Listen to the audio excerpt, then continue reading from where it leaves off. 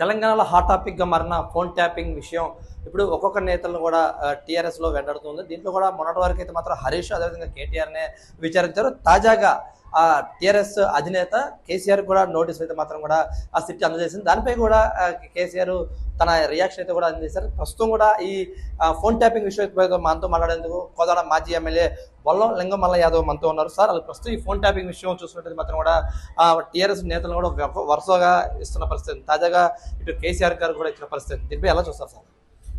ప్రతిపక్ష పార్టీ నాయకుల్ని లక్ష్యంగా చేసుకొని ఈరోజు విచారణ పేరు మీద అబాస్ పాలు చేయాలి, బురద జల్లాలని ఒక ఆలోచన జరుగుతుంది.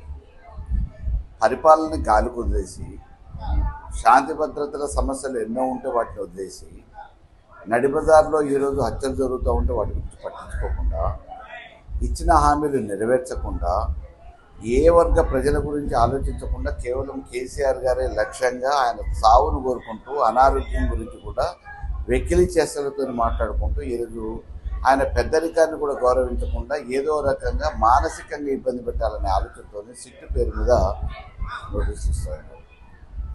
గౌరవప్రదమైన రాజకీయాలు చేయాలి.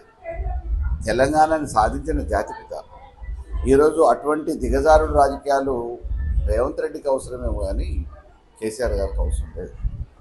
సార్, తాజాగా చూసినట్లయితే మాత్రం కూడా ఈ ఫోన్ ట్యాపింగ్ విషయంలో కేసీఆర్ గారితో పాటుగా ఇటు మున్సిపాలిటీ ఎలక్షన్లు కూడా జరుగుతుంది. ఈ నేపథ్యంలో రాజకీయ లబ్ధి కోసం ఇట్లా చేస్తానో చూడొచ్చు, లేకపోతే దీన్ని డైవర్ట్ చేయడం కోసం ఇట్లా చేస్తానో చూడొచ్చు. 100% ఎప్పటికప్పుడు ఎన్నికలు రాగానే ఆ ఎన్నికలలో ఎదుటోళ్ళ మీద ఏవి ఆరోపణలు చేయలేక, ప్రజలకి మేము చేసిన అభివృద్ధి సంక్షేమం రెండు ప్రత్యక్షంగా అవపడుతున్న నేపథ్యంలో ఏది చేతగాక ఈ రకంగా దిగజారుడు రాజకీయాలకి దిగజారి అబాస్ పాలు చేయాలనే ప్రయత్నం చేస్తూ ఉన్నారు.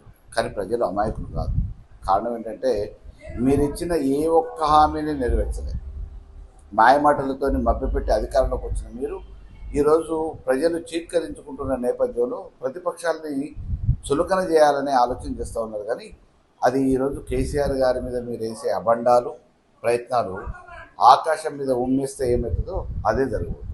సార్, చూసినట్టు మాత్రం ఇప్పుడు కూడా ఇటేపు టీఆర్ఎస్ నేతలు ప్రధానంగా కాంగ్రెస్ ఆరోపిస్తున్నది ఏంటంటే మాత్రం ఈ ఫోన్ ట్యాపింగ్ విషయం జరిగినప్పటికీ కూడా దాన్ని దాటేసే ప్రయత్నంతోనే ఇటు మున్సిపాలిటీ ఎలక్షన్లు ఇవన్నీ కూడా చెప్పేసి కేసీఆర్ వాయిదా కోరిన పరిస్థితిని కూడా చెప్తున్న పరిస్థితి ఉంది. దీనిపై కాంగ్రెస్ నేతలు కూడా వరుసగా ఆరోపణలు చేసిన పరిస్థితి. దీన్ని ఎలా చూడొచ్చు సార్? ఈరోజు చైర్మన్ అభ్యర్థులు ఎంపిక చేయాల్సిన అవసరం ఉంది.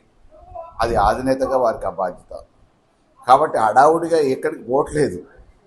వారు ఏ రకంగా అంటే ఆ రకంగా అన్ని రకాలుగా సమాధానం చెప్పడానికి ఈరోజు కేసీఆర్ గారు సిద్ధంగా ఉన్నారు. వారు ఏదైతే కోరుకుంటున్నారో కేసీఆర్ గారు రావాలని ఆ కోరిక కూడా అతి త్వరలోనే నెరవేరుతుంది ఆయనకి, రేవంత్ రెడ్డి. ఓకే, ప్రధానంగా ఇప్పుడు మున్సిపాలిటీ ఎలక్షన్ సీజన్ నడుస్తుంది.